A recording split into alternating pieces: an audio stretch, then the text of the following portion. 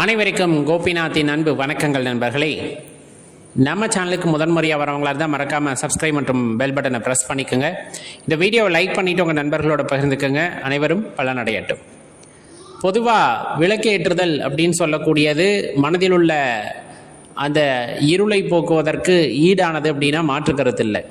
இந்த விளக்கு எப்படி புற சூழலில் வெளிச்சத்தை கொடுக்குதோ அதே போல் அகத்தேயும் ஒரு வெளிச்சத்தை கொடுக்க வேண்டும் என்று வேண்டிக் கொண்டு தான் விளக்கை ஏற்றுவோம். அது வீடானும் சரி, கோவிலானாலும் சரி. வீட்டில் விளக்கேற்றுறது அப்படிங்கிறது எல்லாத்துக்குமே ஒரு நல்ல தெரிந்த முறை தான். இப்போ ஆலயத்துக்கு போய் நம்ம விளக்கேற்றணும் அப்படின்னு நினச்சிட்டோன்னா ஆலயத்துக்குன்னு ஒரு பிரதான விளக்கு இருக்கும். அந்த விளக்கில் போய் எண்ணெயோ நெய்யோ ஊற்றுறோம் அப்படின்னாலும் அது விளக்கேற்றியதற்கு ஈடாகும் அப்படிங்கிறத மறுப்பதற்கு இல்லை. மாறா நம்ம தனியாக விளக்கேற்றணும் அப்படின்னு ஆசைப்பட்டோம் அப்படின்னா தெளிவாக தெரிந்து கொள்ள வேண்டிய விஷயம் என்னென்னா, போகும்போதே அகல் விளக்கு ஒன்று சின்னதாக வாங்கிட்டு போயிருங்க. நீங்கள் எத்தனை விளக்கு ஏற்றணும்னு ஆசைப்பட்றீங்களோ அதை வாங்கி நல்ல தண்ணீரில் ஊற போட்டு நல்லா காய வச்சு எடுத்துகிட்டு போயிருங்க. அதே போல் நெய் அல்லது எண்ணெய் இந்த மாதிரி ஊற்றி ஏற்றணும் அப்படின்னு ஆசைப்பட்டால் அதையும் வீட்டிலிருந்து எடுத்துகிட்டு போய் அங்கே விளக்கு ஏற்றுவது தான் ரொம்ப உசித்தமானது அப்படிங்கிறத தெரிஞ்சுக்கங்க. இறைவனுக்கு தேவை தூய்மை அப்படின்னு சொல்லக்கூடியது. எள்ளு எண்ணெய் அப்படின்னா ஆட்டின எள்ளு எண்ணெயை வாங்கிட்டு போங்க. நெய் அப்படின்னாலும் வீட்டில் ஆடை எடுத்து வச்சு அதை அடித்து வெண்ணெயாக மாற்றி வெண்ணெயை நெய்யாக உருக்கி எடுத்துகிட்டு போய் ஏற்றுனா அதுக்கான பலன் எப்போதுமே வேறு தான். நீங்கள் என்ன தான் கடையில் வாங்கி ஏற்றினாலும் அந்த சுத்தமான நெய் அப்படிங்கிறது நம்ம கைப்பட செஞ்சு எடுத்துகிட்டு போய் விளக்கேற்றும் போது கிடைக்கிற ஆத்ம திருப்திக்கு ஈடாகாது அப்படிங்கிறத தெரிஞ்சுக்குங்க. இதுக்கெல்லாம் நேரம் இருக்குமா அப்படின்னு நினச்சா இறைவனிடம் மன்றாடி கேட்கப் போகின்றோம். அப்போ இதற்கான நேரத்தை நாம் ஒதுக்கித்தானே ஆக வேண்டும். செய்யும்போது சிறப்பாக இருக்குது. இல்லை என்னால் முடியலைங்க அப்படிங்கும்போது கடையில் நெய் வாங்கிட்டு போய் ஏற்றலாம், மறுப்பதற்கு இல்லை. அப்போ ரொம்ப முக்கியம், ஆலயத்தில் போய் விளக்கு ஏற்றணும். அப்போ அந்த இடத்துல தனியாக தீப்பெட்டி வாங்கிட்டு போய் ஏற்றணுமா அப்படின்னா அவசியம் கிடையாது. அங்கே எரிகின்ற விளக்குகளிலே நாம் ஏற்றலாம். ஆனால் அந்த பாவம் நம்மை சேர்ந்து விடுமே, அப்படியெல்லாம் எதுவுமே கிடையாது என்ற தெளிவை முதலில் நாம் பெற வேண்டும். ஆலயத்துக்குள்ளே போகும்போதே அந்த தீபம் அல்லது தீபம் என்பதை தூய்மையானது. நீங்கள் ஒரு விளக்கு ஏற்றிட்டீங்கன்னா அது மூலமாக பாவம் யாருக்கும் போகாது. அவரவர் செய்த பாவம் அவரவரையே தான் சேரும். விளக்கு ஏற்றுவதனால் ஒரு பாவம் தீர்ந்துடுமா அப்படின்னா கிடையாது. அப்புறம் எதுக்கு அந்த விளக்கு ஏற்றுறது? அவ்விடத்திலே ஒரு வெளிச்சத்தை உண்டாக்குவது, அந்த வெளிச்சத்தின் மூலமாக நம் மனதிலே ஒரு வெளிச்சம் உண்டாவது. அதாவது திக்கு தெரியாமல் நிற்கிறோம் இல்லையா, அப்படி நிற்கிற நம்ம மனசில் ஒரு தெளிவு உண்டாகணும் அப்படிங்கிறதுக்காக ஏற்றுவது தான் விளக்கு. இறைவன் வழிகாட்ட வேண்டும் என்று. அதனால் நீங்கள் அதெல்லாம் யோசிக்காதீங்க. அங்கே ஆலய பிரதான விளக்கு இருந்தனாலும் அதுலேயும் ஏற்றலாம். இல்லை யாராச்சும் ஏற்றி வச்ச விளக்கு இருக்குது அதில் அப்படியே ஏற்றிக்கலாமானால் ஏற்றிக்கலாம். அப்புறம் ஏன் இப்படி சொன்னாங்க? நம்ம தான் தனியாக வாங்கிட்டு போய் ஏற்றணும் அப்படின்னா அது தீப்பெட்டி வியாபாரமாக கூட இருக்கும். அடியேன்னு சொல்வதில் தவறு இருந்தால் மன்னிச்சுக்குங்க. அப்படியெல்லாம் கிடையாது.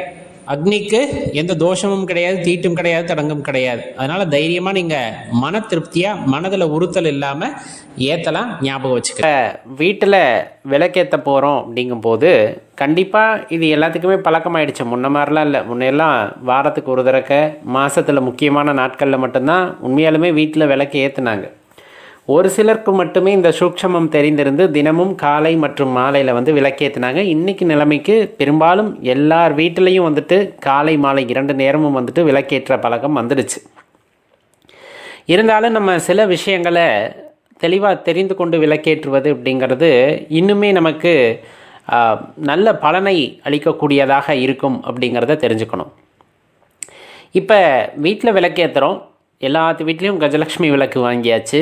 சில பேர்த்து வீட்டில் காமாட்சி விளக்கு இருக்குது. சில பேர் அந்த மரபு மாறாமல் இன்னும் அகல் விளக்கில் நல்ல பெரிய அகல் விளக்கு ஒன்று வைத்து அதில் விளக்கேற்றக்கூடிய மரபு அப்படிங்கிறது இருக்குது. இதில் நம்ம என்ன பண்ணணும் அப்படின்னு பார்த்தோன்னா ரொம்ப முக்கியம். விளக்கு திரி போடும்போது இரட்டை திரியாக போட்டு ஏற்றுங்க அப்படின்னு சில பேர் சொல்ல கேள்விப்பட்டிருப்பீங்க. அது ஏன் அப்படிங்கிற விஷயத்த முதல்ல பார்க்கலாம். இரட்டை திரி போட்டாலும் தூண்டிவிடக்கூடாது. திரியை ரொம்ப தூண்டிவிடக்கூடாது. இப்போ ரொம்ப சின்னதாகவும் அந்த விளக்கு எரியக்கூடாது, அப்படியே தனனும் எரியக்கூடாது. இது சொல்லப்போனால் இந்த மாந்திரீகம் தாந்திரீகம் செய்பவர்கள் வந்துட்டு இந்த ஆக்ரோஷமான தெய்வங்களுக்கு வழிபாடு செய்யும் போதும் இந்த மாதிரி தனன்னு அதிகமாக எரிய விடுற மாதிரி சொல்லுவாங்க. அதோட வெப்பம் தகிக்கிறது அப்படிங்கிற மாதிரி வரும். நம்ம மிதமான அந்த ஒளியானது இருக்கணும் அப்படிங்கும் போது அளவாக இருக்கணும். ரொம்ப சின்ன ஒளியாக இருந்தாலும் நம்ம அந்த இடத்துல வந்து இறைவனை தரிசித்தல் அப்படிங்கிறது கொஞ்சம் ஒரு மாதிரி இருக்கும். அப்படிங்கிறனால நம்மளுக்கு நல்ல இரட்டை திரி போட்டு மிதமான அளவில் எரியிற மாதிரி தான் விளக்கு எப்போவுமே ஏற்றி பழகணும். இதில் ரொம்ப முக்கியம் என்ன அப்படின்னா, எந்த விளக்கு ஏற்றினாலும் சரி நேராக தரையில் வைக்கக்கூடாது. ஆக்கர்ஷண சக்தி நமக்கு தேவை அப்படின்னு நினச்சோம் அப்படின்னா, உங்களுக்கு பித்தளை தட்டு இருக்குது அப்படிங்கும்போது அந்த பித்தளை தட்டில் விளக்கை வச்சு ஏற்றலாம். சரி, பித்தளை தட்டில் போய் நகல் விளக்கு வைக்க முடியுமா? தாராளமாக வைக்கலாம்.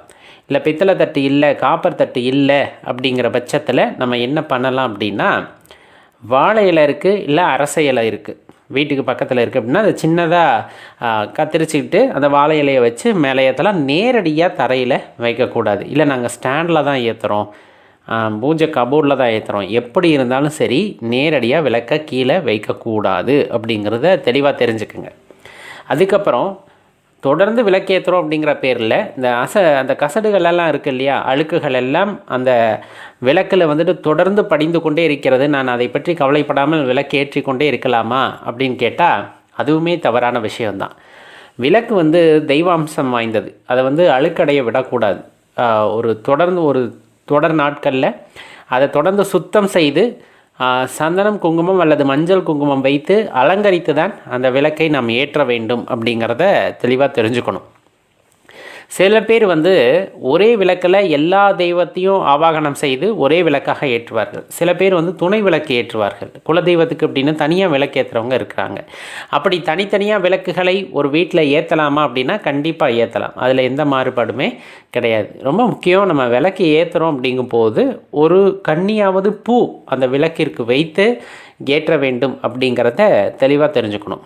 இப்போ ரொம்ப கஷ்டம், வீட்டில் வந்துட்டு ரொம்ப கஷ்டம், பணத்திற்கு ரொம்ப நெருக்கடி, கடன் தொல்லை தாங்க முடியவில்லை அப்படின்னு சொன்னால் ஏற்றுகின்ற விளக்கில் ஒன்றை கடன் நீங்க வேண்டும் என்று நினைத்து மேற்கு திசை நோக்கி விளக்கை ஏற்றி வையுங்கள்.